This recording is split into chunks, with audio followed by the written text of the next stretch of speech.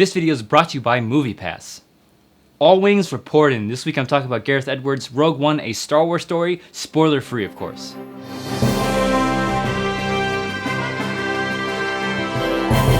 So this is the first Star Wars spin-off film, and it's the movie about how the Rebel Alliance got the plans to the Death Star, taking place between Revenge of the Sith and A New Hope. Now, if you watched my reaction video that I did right after I came home from the movie, you know I enjoyed Rogue One, but I do have some issues that I'll get to in a bit, but first, let's talk about what I liked about it. When this film was first announced, we were promised a war movie, and that's exactly what we were given. I love the action in this movie. It was exactly the kind of gritty warfare I was hoping to see, especially with the star battle at the climax of the film. The star battles make up some of my favorite parts of the original trilogy, and this one intercut with the ground battle made for a very exciting third act. With every new movie, we get introduced to new characters, and like The Force Awakens, this film features a female lead. Overall, I liked Jyn Erso as the main protagonist. She had the biggest arc out of all the characters and was also the most developed, going from a rebellious lone wolf to fighting for a cause greater than herself. K2SO is an easy favorite of mine. He added a good amount of humor to the movie, as most of the droids almost always do in Star Wars. I thought his comedic lines would have lost their punch on repeat viewings, but they held up the second time around. But the character I was looking forward to the most was Chirrut Îmwe, played by Donnie Yen. Aside from being completely badass and having one of the best action scenes, I liked what his character added to the mythos of the Force. He's the first non-Jedi character that seemed to be able to tap into the Force to an extent.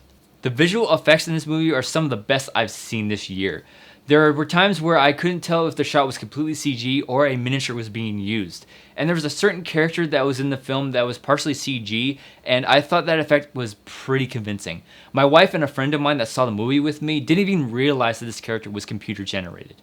However, despite everything I like about this film, it isn't without its flaws. The pacing is a little uneven in the first half. After the opening scene, the movie jumps around from planet to planet, introducing characters and storylines, then slows down significantly in the second act, only to be revived by its incredible third act. Also, the score was underwhelming at best. Every Star Wars movie up till this point had at least one theme that stuck with me, but the score to Rogue One was very forgettable. But I can't fault Michael Giacchino too much since he had all of 4 weeks to score the film. Critically, Rogue One has gotten an overall positive reaction with an 84% on Rotten Tomatoes and a 65% on Metacritic. Obviously, more critics on Rotten Tomatoes like the film more, with critics like Mick LaSalle from the San Francisco Chronicle clearly hating the film. In his review, LaSalle says making Star Wars a war film was a big mistake. In my opinion, he's missing the whole point of these spin-off movies. You'll still get the good versus evil themes in the episodics, but you can take Star Wars in different directions with these anthology films and enrich the universe in doing so.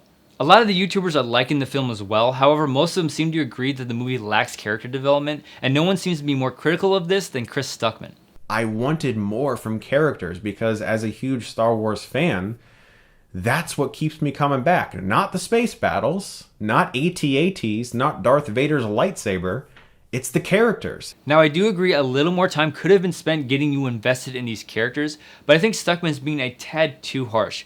What I think really sets this film apart from all the other Star Wars movies is that it's able to have a clear beginning, middle, and end. And these characters don't have to carry over into later films. So much attention was put into developing characters like Rey and Finn because their stories continue on into future episodes.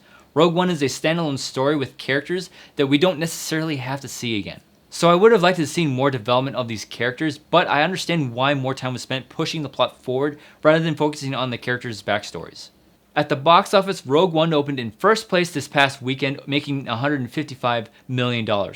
Not much of a surprise since it had record-breaking pre-ticket sales, bested only by The Force Awakens. Just to put this in perspective, let's compare these numbers to two other big-budget films.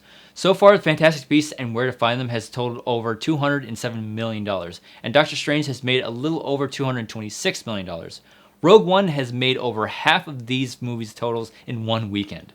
And of course, since Disney owns both Marvel and Lucasfilms, I don't think we're going to see a shortage of superhero or Star Wars movies anytime soon.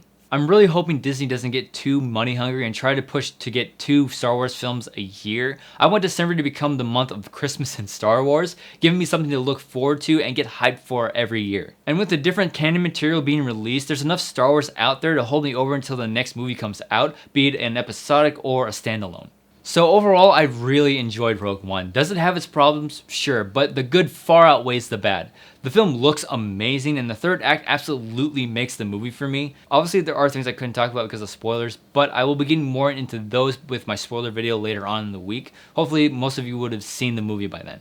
But if you did get a chance to see Rogue One, a Star Wars story, I want to know what you thought of it. Go ahead and leave a spoiler-free comment below. Again, this video is brought to you by MoviePass, accepted at over 93% of theaters nationwide. MoviePass is a premier theatrical subscription service that allows members to see a movie every 24 hours for a flat monthly fee. So sign up for your monthly subscription today by following the link in the description.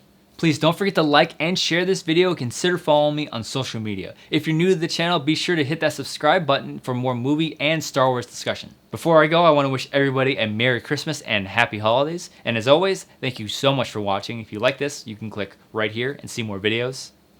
Bye, Andrew.